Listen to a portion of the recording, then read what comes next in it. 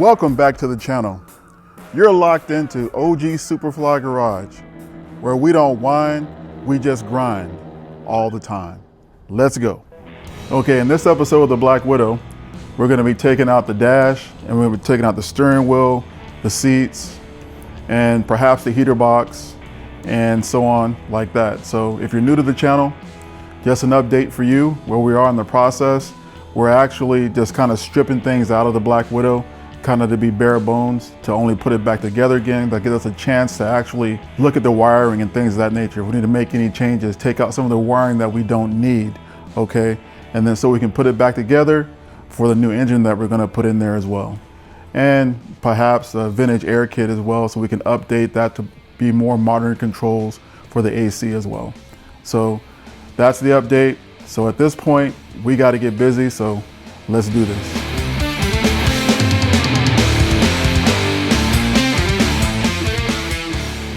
All right guys, so we're back at it again today on the Black Widow. What I'm gonna do is, I plan on removing some more of the interior because eventually we need to get the dash out.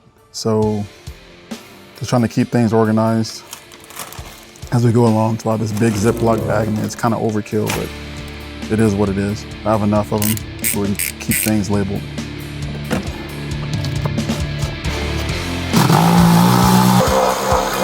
By the way guys, it's really, really hot in here today. No AC in the shop.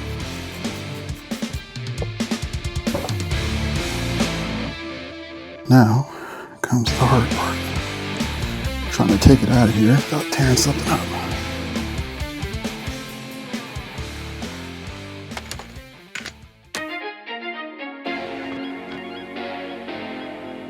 So the whole transmission is going to come out because the 363 stroker is what we're going with. And even NA, it's going to shred the T5 transmission, which is the stock one. So all that's got to come out. Basically, the car is going to be a shell when we're done. Once the transmission's out, interior's out, then the dash can come out. Then I can finish getting this brake booster out of here. All that's coming out because I'm probably not gonna stick with the Cobra booster. I'm gonna go with the Hydro Boost because of the size cam that we're gonna be running. So I'm gonna have to go with Hydro Boost. So that means the Cobra brake booster that we got in there without, and I stress, without banging the shock tower.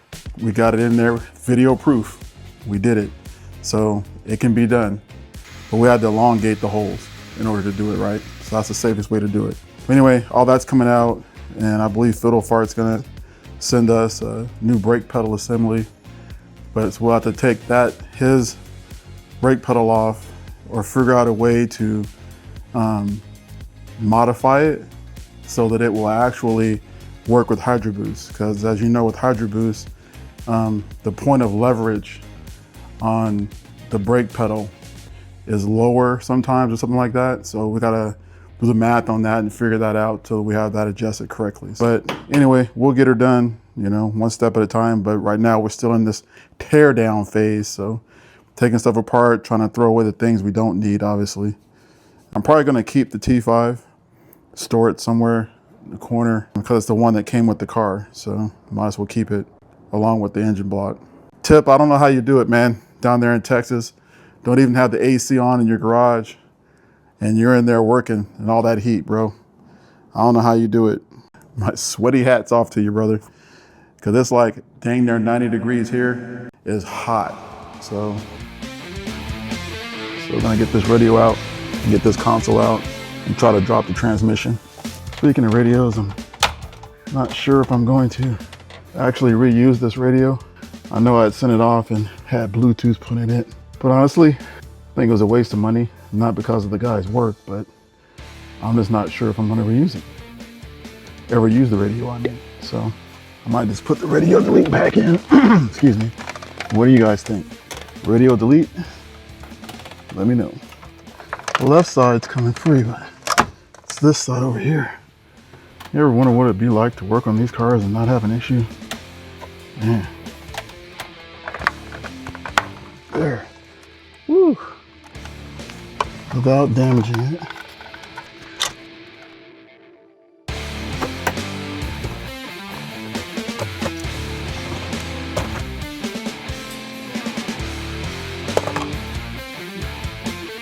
all corner pocket.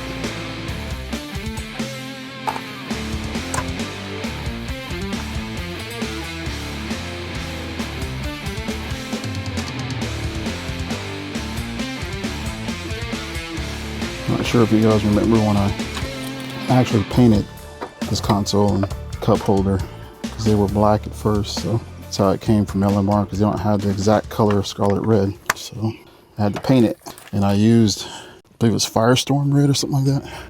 You go back and watch the video, you'll be able to see. But that's what I used, I believe.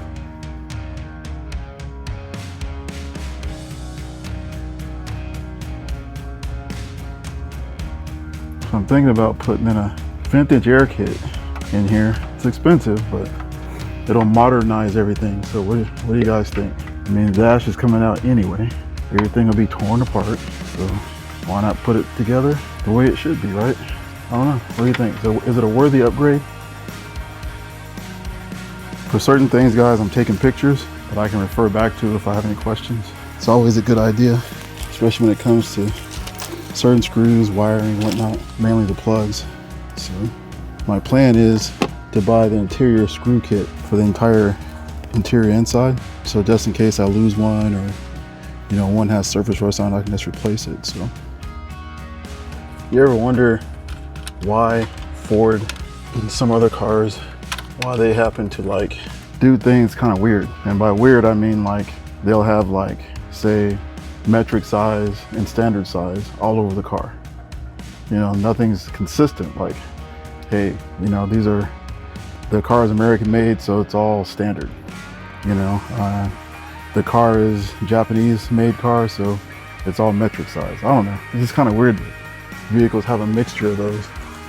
And then Ford has these little nuances between the years of the vehicle that runs you crazy, because you never really know what to expect, you know. That can be a pain.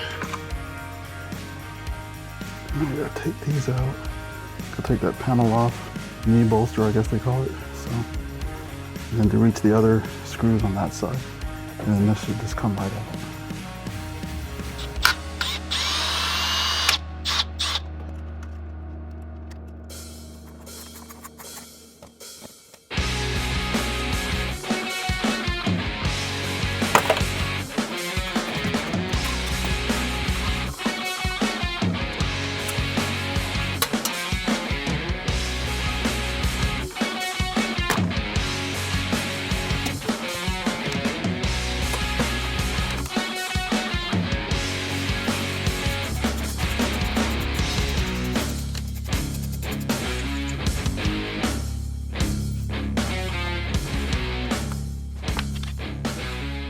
Okay, so I must come up down there. Now I should be able to go underneath, take some stuff out, and then take the transmission out of here. Oh, I still need to undo the drive line. Oh my God. Every time I think I'm almost home free, and it's like, oh my God, now I got this stuff to do. I don't know if I want to go ahead and get the dash out before I tackle pulling the transmission out, because I'd have to take the whole drive line off. That's going to take time. Maybe we should just concentrate on the inside and pull all this out. And then the last thing we'll do is go underneath and pull the drive line out.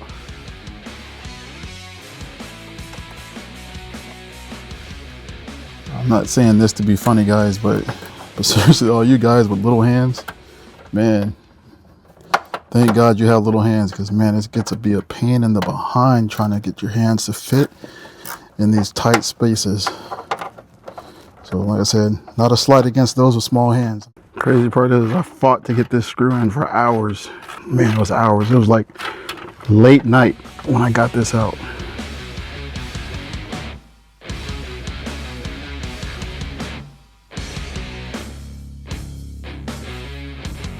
This is the original bezel that came with the car, you know, the original one. So when we put in the Terminator X one, I believe there's an option in there for you to add in your mileage, so to be accurate, right? So, and yes, this car has 36,048 original miles. I'm sure you guys can tell from the other videos, you know, how clean it is. But hopefully we can get it all back together the way it should be.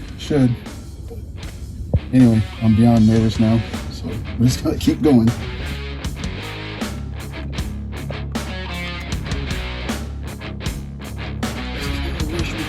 This model year had touched down because that sucks.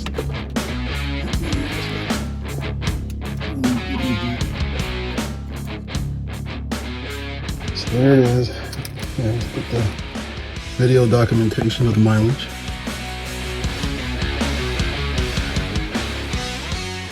Hey guys, just taking a moment to pop right in here to let you guys know that there's merch available. That's right, we now have merch available. If you look on the front page of the YouTube channel, you should be able to see the online store where you can buy your merch, your t-shirt. Here's an example in black that has the old style logo for those who are nostalgic. As you know, I wear all my shirts and I work in them. Hopefully you'll do the same. We really appreciate all you guys. Thanks, continue to enjoy the video. I learned something from Sleazy that when your fuel gauge doesn't work, then it's more than likely, or could be, this little module right here that plugs into the circuit board. It's a module.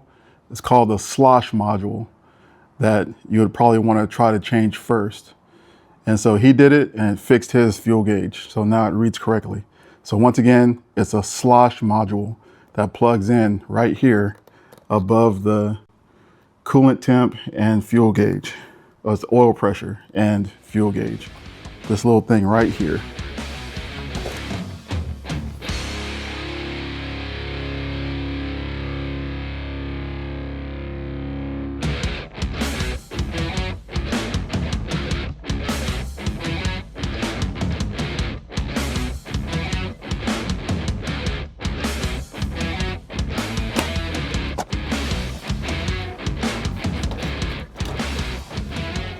So I took the liberty of going LMR's website and printing off basically how to remove the dash from a 1979 to 1993 Foxbody Mustang. That's only because I want to be sure I get all the screws out so we don't break anything. Gotta remove the 4 bolts from cross brace. Move the cross brace out of the way.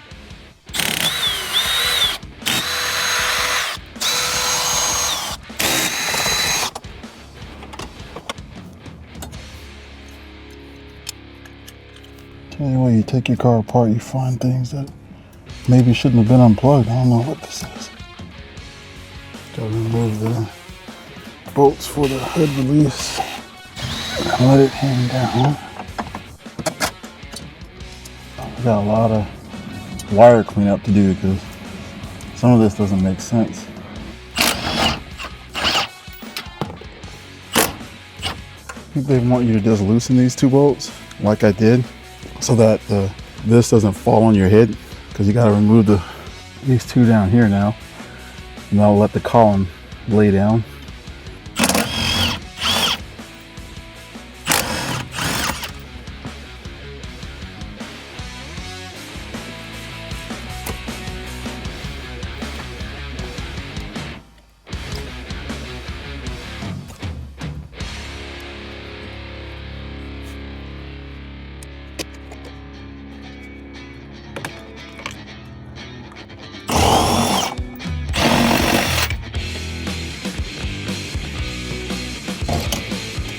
Oh my gosh. See if I can do this without breaking my head open.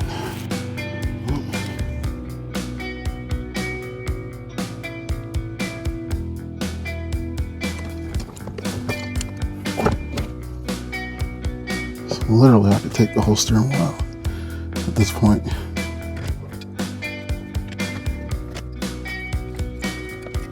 Looky, looky. The steering wheel is out. The whole thing. My oh my. It's not light. That's for sure.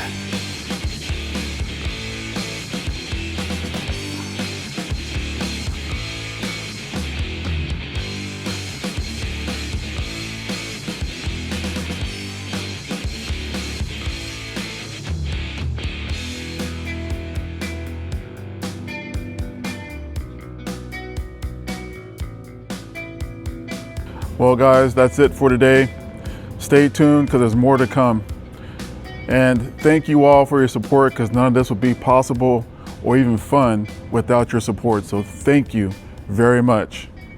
Also, for those of you who would like to know how to support the channel, well, we have memberships, we have merch, and we have spaces in between.